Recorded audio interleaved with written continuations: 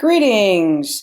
Today we are going to work on putting images within another image. We call it masking. You might think of it as cropping, like I just like some of my picture to end up inside of this shape. Well, in Illustrator terms, that's known as a clipping mask.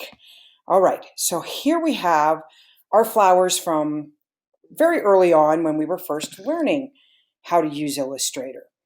They are or were symbols. Now they are individual iterations because I've expanded them. And there they are sitting on our desktop. I would like to take these flowers and put them inside of a silhouette, inside of a person. Now I could sit here and draw a person all day long, but there is an easier way. Under Type in Glyphs, there are often hidden images that we can use based on the typeface that we choose. So let's roll down to what we call webdings, wingdings, etc. And you'll see that when I go into webdings, there are people. And somewhere in here, there's also a person's head that we can utilize to put the images into. Why, looky there. There he is. He's a head with a speaker. And if you need to see things larger, just hit your mountaintop and it'll enlarge them.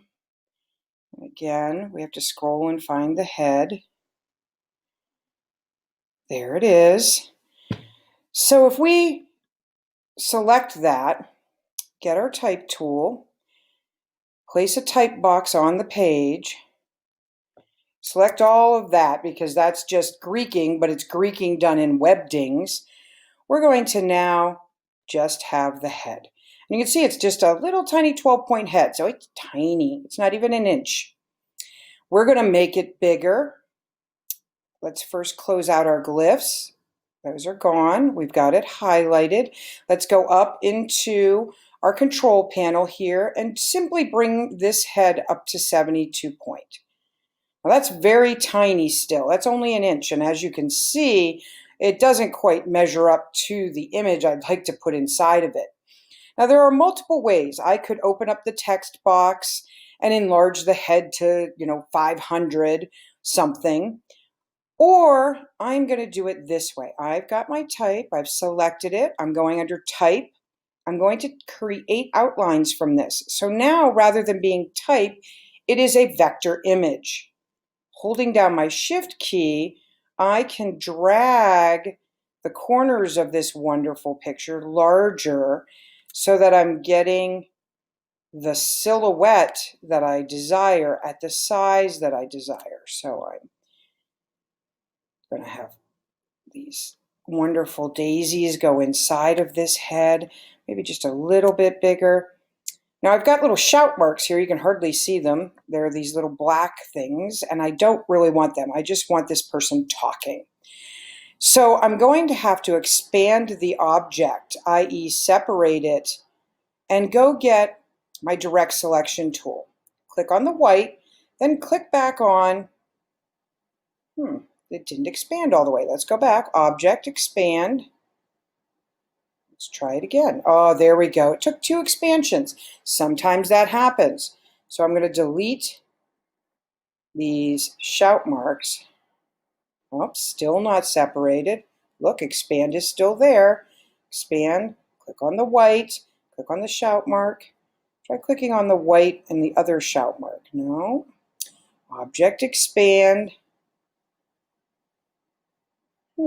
Let's take a corner here and delete it that way. Let's click on a corner and delete it that way. There we go.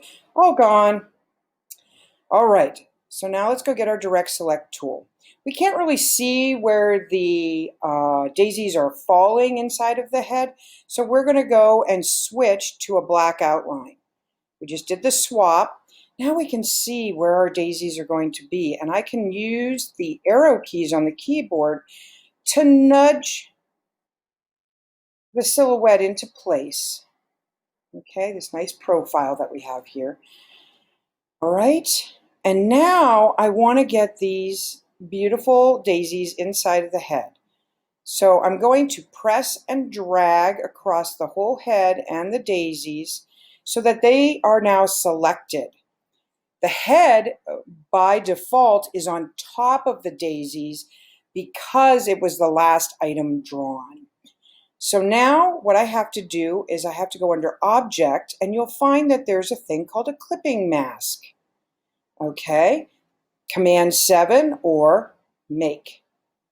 All right, those are all the daisies that I selected. They're now inside of the head. When I click off, you'll note that the black outline of the head has disappeared because that's what happens.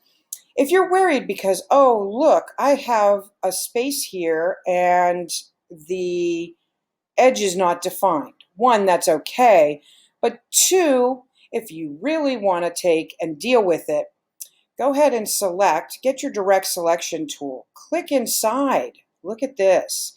We can just move that up, that daisy, and catch that edge a little bit more. And then maybe I don't like these little guys just hanging there. I need to have a little more. There we go. Let's move that back just a hair. All right. And then again, click off. And there you have it. There is how you actually fill a vector image with other vector images. And again, it's clipping mask and it's found under the Object menu.